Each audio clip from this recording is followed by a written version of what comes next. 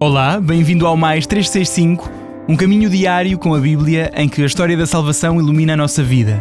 Somos cada vez mais os que fazemos este percurso em que todos os dias tomamos consciência de que a nossa história faz mesmo parte da história da salvação que Deus anda a construir com a humanidade desde sempre. Eu sou o Francisco e trago-te este podcast em nome das equipas de jovens de Nossa Senhora. Seguimos do Gênesis ao Apocalipse com a tradução da Difusora Bíblica, aprendendo a erguer o nosso olhar para o alto, sempre acompanhados por Nossa Senhora.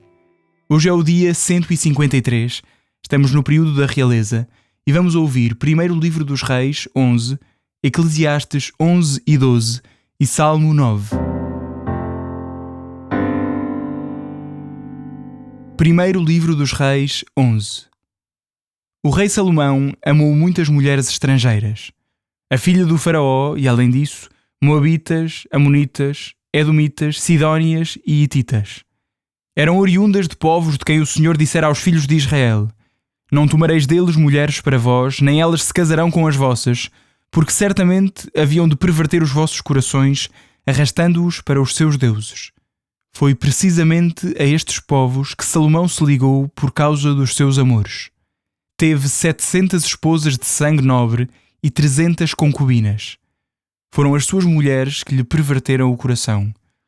Na idade senil de Salomão, as suas mulheres desviaram-lhe o coração para outros deuses, e assim o seu coração já não era inteiramente do Senhor seu Deus, contrariamente ao que sucedeu com David, seu pai. Foi atrás de Astarté, deusa dos Sidónios, e de Milcom, abominação dos Amonitas. Salomão fez o mal aos olhos do Senhor e não seguiu inteiramente o Senhor como David, seu pai. Por essa altura, ergueu Salomão um lugar alto a Camós, deus de Moabe, e a Moloque, ídolo dos Amonitas, sobre o monte que fica mesmo em frente de Jerusalém.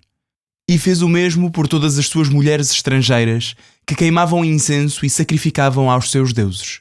O Senhor irritou-se contra Salomão, pois o seu coração se afastara do Senhor, Deus de Israel, que se lhe tinha revelado por 2 vezes, e lhe ordenou sobre estas coisas para não seguir os deuses estrangeiros. Ele, porém, não cumpriu o que o Senhor lhe prescrevera. Então o Senhor disse-lhe: já que procedeste assim, e não guardaste a minha aliança nem as leis que te prescrevi, vou tirar-te o reino e vou dá-lo a um dos teus servos. Entretanto, não o farei durante a tua vida por causa de David teu pai. É das mãos de teu filho que eu o arrancarei. Mas não hei de tirar-te toda a realeza. Deixarei uma tribo ao teu filho, por causa de David meu servo, e por causa de Jerusalém que eu escolhi. O Senhor suscitou um inimigo a Salomão, Hadad, o edomita, da estirpe real de Edom. Isto aconteceu no tempo em que David combatia contra Edom, quando Joabe, chefe do exército, foi sepultar os mortos e matou todos os homens de Edom. De facto, Joabe demorou-se por ali 6 meses com todo Israel, até ter exterminado todos os varões de Edom. Então Hadad fugiu com os edomitas, servos de seu pai, em direção ao Egito. Hadad, por essa altura, era uma criança de poucos anos. Partiram de Madian e caminharam até Paran. Dali entraram no Egito, levando consigo homens de Paran. Entraram no Egito e apresentaram-se ao faraó, rei do Egito, que lhes deu casa e alimento e lhes doou algumas terras. Hadad conquistou a simpatia do faraó e este deu-lhe por mulher a sua cunhada, irmã da rainha Tafnés. A irmã de Tafnés gerou-lhe Genubat, seu filho, que ela criou na casa do faraó, onde viveu entre os filhos do próprio faraó. Hadad ouviu dizer no Egito que David adormecera com seus pais e que também morrera Joabe, chefe do exército. Por isso disse ao faraó: deixa-me partir e irei para a minha terra. O faraó respondeu-lhe: mas que é que te falta em minha casa, para assim desejares regressar tão depressa à tua terra? E Hadad respondeu: não me falta nada, mas mesmo assim deixa-me partir. Deus suscitou-lhe outro inimigo, Rezon, filho de Eliadá, que tinha fugido a seu senhor Hadadezer, rei de Sobá. Reuniu homens à sua volta e tornou-se chefe de quadrilha. Uma vez que David os dizimava, fugiram para Damasco, onde se estabeleceram e elegeram-no rei de Damasco. Foi inimigo de Israel durante toda a vida de Salomão. Mal que fez Hadad. Detestou Israel e reinou em Aram. Também Jeroboão, filho de Nabate, efrateu de Seradá, cuja mãe viúva se chamava Seruá, apesar de ser servo de Salomão, revoltou-se contra o rei. A razão de ele se ter revoltado contra o rei foi o facto de Salomão ter edificado Milô para tapar as brechas da cidade de David, seu pai. Ora, este homem, Jeroboão, era forte e enérgico, e Salomão tinha reparado no jovem quando este andava a trabalhar. Encarregou-o, por isso, de exercer vigilância sobre toda a corveia da casa de José. Sucedeu, porém, que por essa altura, saindo Jeroboão de Jerusalém, o profeta Aías de Siló encontrou-o no caminho. Aías estava coberto com um manto novo e estavam só os dois no campo. Então Aías tomou o manto novo com que se cobria e rasgou-o em 12 pedaços. E disse a Jeroboão: Toma 10 pedaços para ti, pois assim diz o Senhor, Deus de Israel: Eis que eu vou tirar o reino das mãos de Salomão e dar-te-ei as 10 tribos. Ficar-lhe-á, porém, uma tribo por causa do meu servo David e da cidade de Jerusalém, que eu escolhi de entre todas as tribos de Israel. É que eles abandonaram-me e prostraram-se diante de Astarté, deusa dos Sidónios de Camós, deus de Moabe e de Milcom, deus dos filhos de Amon. Não andaram nos meus caminhos, nem fizeram o que é reto a meus olhos, segundo as minhas leis e os meus costumes, como fez David, seu pai. Mesmo assim, não tirarei todo o reino das suas mãos, porque o estabeleci firmemente como chefe por todos os dias da sua vida, por causa de David, meu servo, que eu escolhi e que guardou os meus mandamentos e as minhas leis. Mas vou tirar o reino das mãos de seu filho e dar-te-ei a ti, 10 tribos. Darei a seu filho uma tribo, a fim de que o meu servo David tenha sempre uma lâmpada diante de mim na cidade de Jerusalém, que escolhi para mim, a fim de estabelecer lá o meu nome. A ti tomar-te-ei para reinares em tudo o que o teu coração desejar. Tu serás rei de Israel. Se ouvires tudo o que te mando, andares nos meus caminhos e fizeres o que é reto a meus olhos, guardando as minhas leis e os meus mandamentos, como fez David meu servo, também eu estarei contigo e hei de construir-te uma casa firme, como edifiquei para David. Entregar-te-ei Israel nas tuas mãos. Humilharei com isso a estirpe de David, mas não será para sempre. Salomão procurou matar Jeroboão, mas ele levantou-se e fugiu para o Egito, para junto de Shishak, rei do Egito, onde permaneceu até à morte de Salomão. O resto das palavras de Salomão, tudo o que ele fez, a sua ciência, está escrito no livro dos Anais de Salomão. A duração do reinado de Salomão em Jerusalém, sobre todo o Israel, foi de 40 anos. Depois Salomão morreu, juntando-se a seus pais, e foi sepultado na cidade de David, seu pai. Seu filho, Roboão, subiu ao trono no seu lugar. Eclesiastes 11. Espalha o teu pão sobre a superfície das águas, passado muito tempo, achá-lo-ás de novo. Reparte do que tens com 7 ou com 8 pessoas. Não sabes que calamidade pode sobrevir à terra. Quando as nuvens estiverem carregadas, derramarão chuva sobre a terra. Quer a árvore caia para o sul ou para o norte, onde cair, aí ficará. Quem observa o vento não semeia, e o que examina as nuvens não ceifa. Tal como desconheces o evoluir do espírito e dos ossos no ventre da mulher grávida, assim também não conheces as obras de Deus, que faz todas as coisas. Semeia de manhã a tua semente, e de tarde não deixes as tuas mãos ociosas, porque não sabes qual das coisas resultará melhor, se esta ou se aquela, ou se ambas são igualmente úteis. A luz é agradável, e é um deleite para os olhos ver o sol. Se um homem viver muitos anos, e em todos eles se alegrar, deve pensar nos dias escuros que são numerosos. Tudo o que acontece é ilusão. Jovem, regozija-te na tua mocidade e alegra o teu coração na flor dos teus anos. Segue os impulsos do teu coração e o que agradar aos teus olhos, mas sabe que de tudo isso Deus te pedirá contas. Lança fora do teu coração a tristeza, poupa o sofrimento ao teu corpo. Também a meninice e a juventude são ilusão. Eclesiastes 12. Lembra-te do teu Criador nos dias da tua juventude, antes que venham os dias maus e cheguem os anos dos quais dirás: não sinto neles prazer algum. Antes que escureçam o sol e a lua e as estrelas, e voltem as nuvens depois da chuva. Quando os guardas da tua casa começarem a tremer e os homens robustos a vergar. Quando as mós deixarem de moer por serem poucas e se escurecer a vista dos que olham pela janela. Quando se fecham as portas da rua, quando enfraquece a voz do moinho, quando se acorda com o piar de um pássaro e emudecem as canções. Então também haverá o medo das subidas e haverá sobressaltos no caminho enquanto a amendoeira abre em flor, o gafanhoto engorda e a alcaparra perde as suas propriedades. Então o homem encaminha-se para a sua casa da eternidade e as carpideiras percorrem as ruas. Antes que se rompa o cordão de prata e se quebre a bacia de ouro, antes que se parta a bilha na fonte e se desenrola a roldana sobre a cisterna. Então o pó voltará à terra de onde saiu e o espírito para Deus que o concedeu. Ilusão das ilusões, disse Coelete. Tudo é ilusão. Além de ser sábio, Coelete ensinou a ciência ao povo. Estudou, investigou e compôs numerosas sentenças. Coelete aplicou-se a encontrar sentenças agradáveis e a escrever com exatidão palavras de verdade.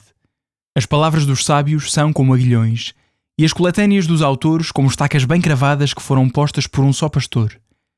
De resto, meu filho, fica prevenido. Podem-se multiplicar os livros indefinidamente, mas o muito estudo é uma fadiga para o homem. O resumo do discurso, de tudo o que se ouviu, é este: teme a Deus e guarda os seus preceitos, porque este é o dever de todo o homem. Deus pedirá contas, no dia do juízo, de tudo o que está oculto, quer seja bom, quer seja mau. Salmo 9. Ao diretor do coro, com voz de soprano. Salmo de David. Quero louvar-te, Senhor, com todo o coração e narrar todas as tuas maravilhas. Em ti exultarei de alegria e cantarei salmos ao teu nome, ó Altíssimo. Os meus inimigos batem em retirada, tropeçam e caem mortos diante de ti. Tu defendes o meu direito e a minha justiça, sentando-te no tribunal como justo juiz. Ameaçaste os pagãos, exterminaste os ímpios, apagaste o seu nome para sempre. A ruína dos inimigos é completa e definitiva. Destruíste as suas cidades, a memória deles desapareceu. Mas o Senhor é rei pelos séculos. Ele preparou o seu trono para o julgamento. E assim julgará o mundo com justiça, governará as nações com equidade. O Senhor é o refúgio do oprimido, a sua defesa no tempo de angústia. Os que conhecem o teu nome, Senhor, confiam em ti, pois nunca abandonaste quem te procura. Cantai ao Senhor que habita em Sião, anunciai as suas obras entre as nações. Ele persegue os assassinos, lembra-se deles, não esquece o clamor dos infelizes. Tem piedade de mim, Senhor, vê a minha aflição diante dos inimigos, livra-me das portas da morte. Assim poderei cantar-te louvores às portas de Sião e celebrar a tua proteção com alegria.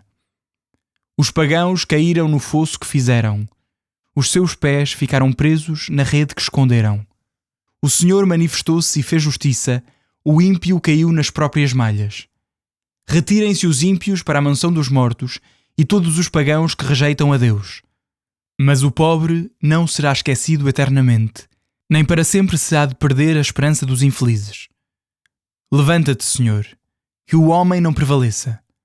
Julga as nações na tua presença. Faz com que os povos temam, ó Deus, faz-lhe saber que são simples mortais.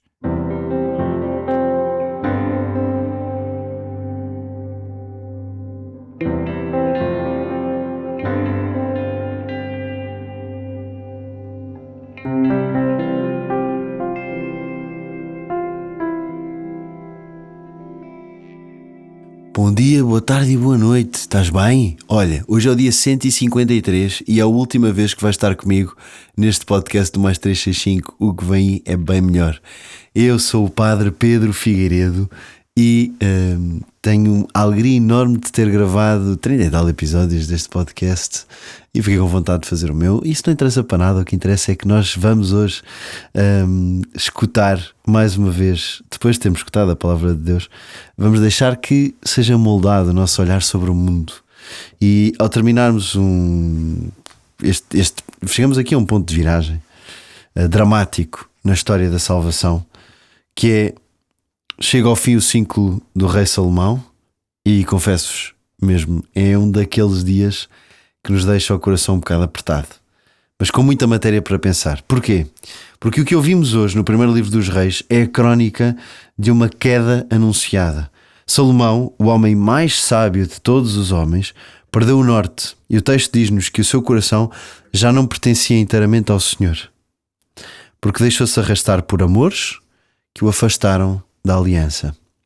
Ele, que tinha tudo, acabou por dividir o seu coração e, como consequência, o próprio reino será dividido.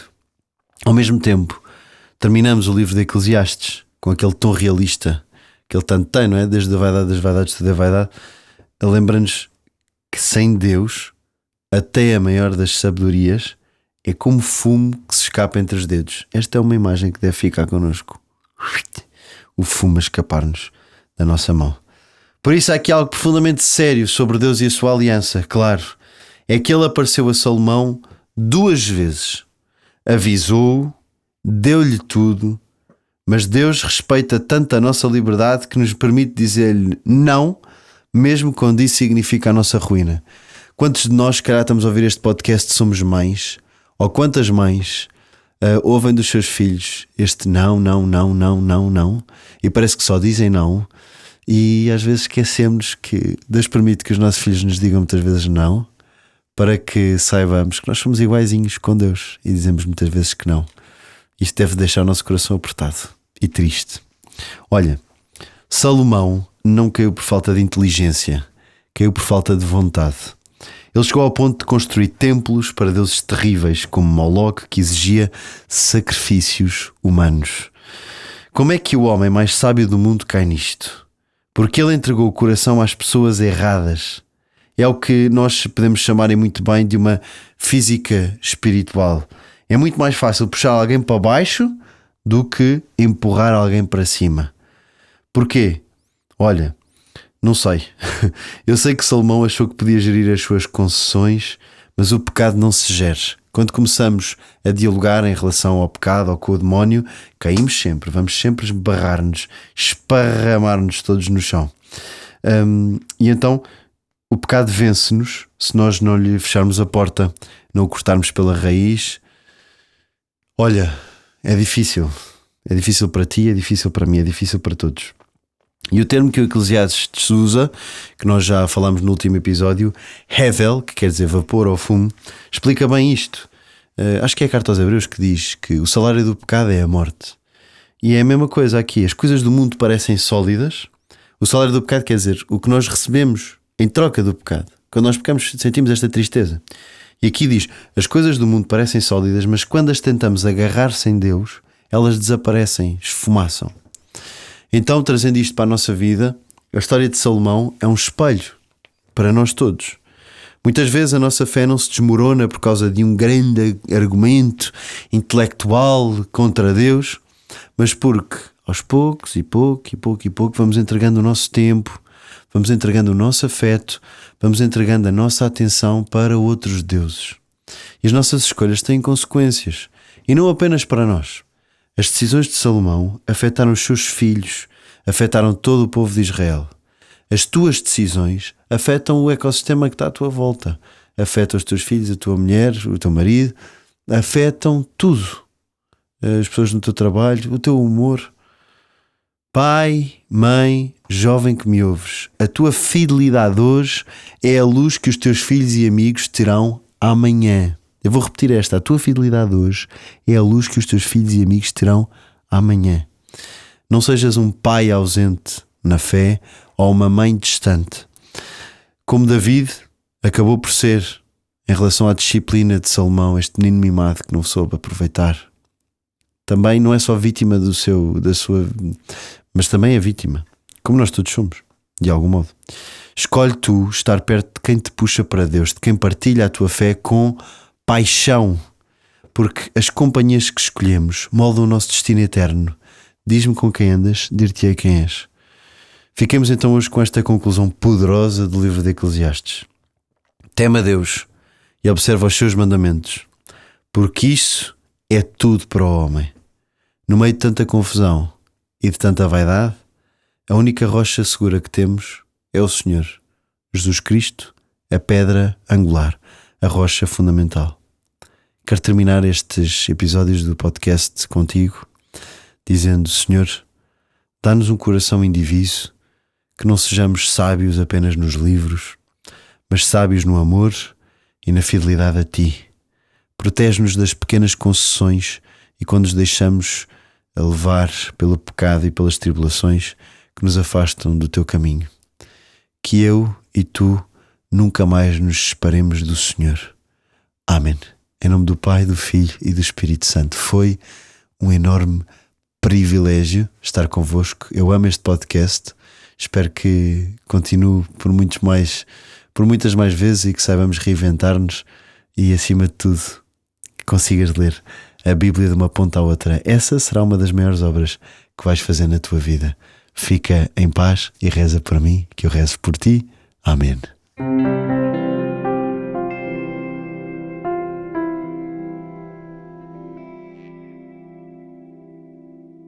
A minha alma glorifica o Senhor, e o meu espírito se alegra em Deus, meu Salvador. Porque pôs os olhos na humildade da sua serva, de hoje em diante me chamarão bem-aventurada todas as gerações. O Todo-Poderoso fez em mim maravilhas, santo é o seu nome. A sua misericórdia se estende de geração em geração sobre aqueles que o temem. Manifestou o poder do seu braço e dispersou os soberbos. Derrubou os poderosos de seus tronos e exaltou os humildes. Aos famintos encheu de bens e aos ricos despediu de mãos vazias. Acolheu a Israel seu servo, lembrado da sua misericórdia, como tinha prometido a nossos pais, a Abraão e à sua descendência para sempre.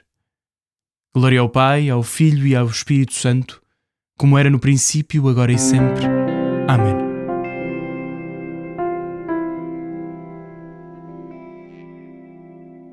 Terminamos o período da realeza e já lemos 14 livros da Bíblia. Fazemos agora uma pausa no Antigo Testamento para amanhã começar o Evangelho de São Marcos.